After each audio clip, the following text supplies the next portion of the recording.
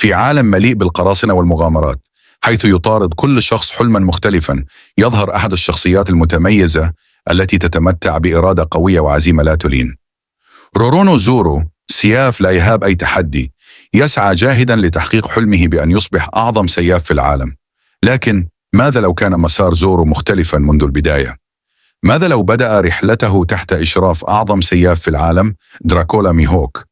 هذه القصة ليست مجرد قصة عن القوة والجهاد، بل هي عن الرحلة الداخلية التي يمر بها زورو، عن التحديات التي يواجهها في الطاقم، وعن الدور الذي يلعبه بجانب لوفي ليحقق حلمه، حتى وإن كان الطريق طويلا ووعرا.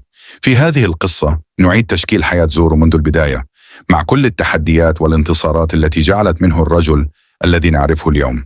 الفصل الأول: لقاء زورو وميهوك زورو. الطفل الموهوب في قرية صغيرة بالأزرق الشرقي. كان زورو طفلا ذا طموح لا حدود له.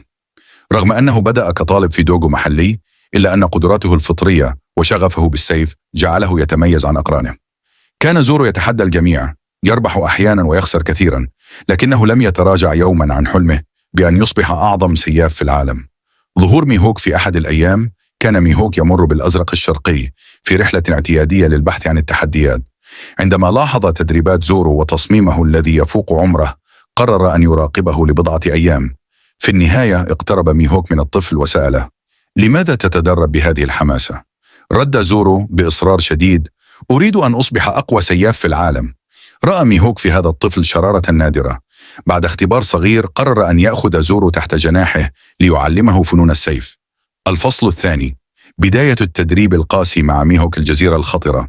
أخذ ميهوك زورو إلى جزيرته المعزولة، مكان مليء بالوحوش البرية والمنحدرات الوعرة، حيث تعلم زورو أساسيات البقاء قبل أن يمسك السيف بجدية. التدريبات البدنية: ميهوك أجبر زورو على رفع الصخور الثقيلة، الركض لمسافات طويلة، وتسلق الجبال الوعرة لتحسين قوته الجسدية وحمله. التوازن والتنسيق: تدريبات يومية على التحكم في توازن جسده أثناء القتال، مثل القتال على أطراف صخور مرتفعة أو أثناء الوقوف على حبل مشدود فوق البحر.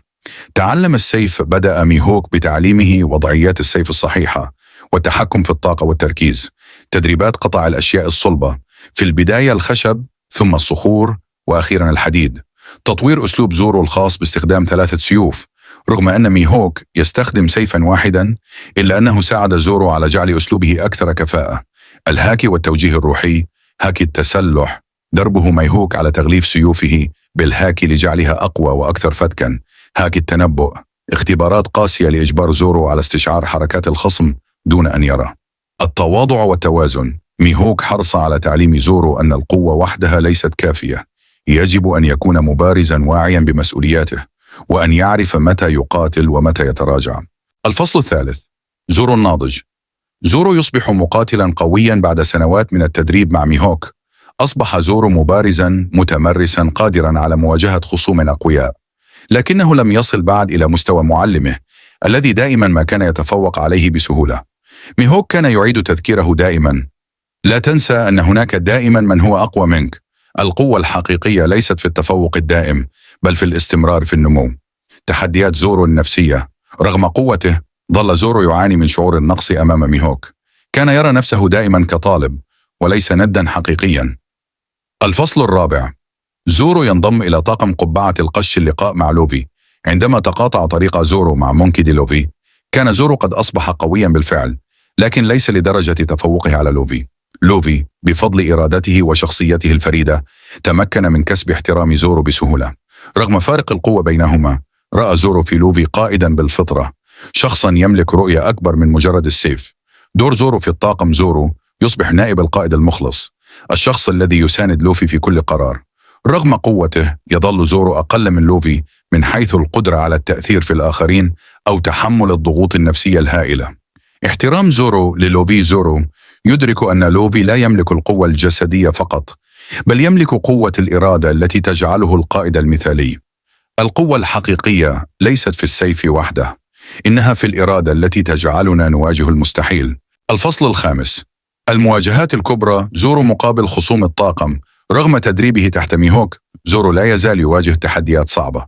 عندما يواجه خصوما مثل كاكو أو السيد واحد يتذكر كلمات ميهوك ويستخدم كل ما تعلمه للتغلب على هذه الصعاب.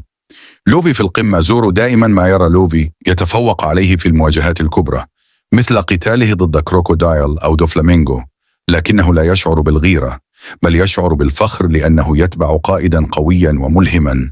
الفصل السادس، زورو وميهوك، المواجهة النهائية، المعركة المنتظرة. رغم كل ما تعلمه زورو من ميهوك، يبقى حلمه الأكبر هو التفوق عليه. في النهاية يقرر مواجهته في قتال حقيقي. ميهوك يبتسم قائلا: لقد أصبحت قويا زورو، لكن هل يكفي هذا لتتغلب علي؟ المعركة تكون ملحمية، مليئة بالإثارة والتقنيات العالية، لكن زورو لا يزال بحاجة إلى مزيد من الوقت للوصول إلى مستوى معلمه. درس أخير من ميهوك بعد انتهاء القتال يخبره ميهوك: أنت قريب جدا من القمة، لكن لا تنسى أن الطريق لم ينتهي بعد. القوة ليست النهاية، بل الرحلة هي ما تصنعك. الفصل الأخير، زورو في العالم الجديد. زورو يصبح رمزا للمثابرة والإخلاص. رغم تدريبه مع ميهوك، يظل لوفي هو النجم الساطع في الطاقم، وزورو دائما في موقع الدعم، يساند قائده ويؤمن به. زورو يفخر بأنه نائب قائد لملك القراصنة المستقبلي. يبقى حلمه الأكبر هو التفوق على ميهوك ليصبح أعظم سياف، لكنه لا يستعجل هذا الحلم لأنه يعلم أن الرحلة هي ما يهم. في النهاية زورو يبقى شخصية عظيمة، لكن القصة دائما ما تدور حول لوفي، القائد الذي يجعل كل فرد في طاقمه يتألق بطريقته الخاصة. إذا أعجبتك القصة وتريد المزيد من هذه القصص المثيرة، لا تنسى الاشتراك في القناة ليصلك كل جديد، ولا تبخل علينا بالإعجاب إذا كنت تستمتع بمحتوى القصص. كما يمكنك مشاركة هذا الفيديو مع أصدقائك لتكون جزءا من مغامرات زورو وبقية الطاقم في هذا العالم المليء بالتحديات. شكرا على دعمكم المستمر. إلى اللقاء في القصة القادمة.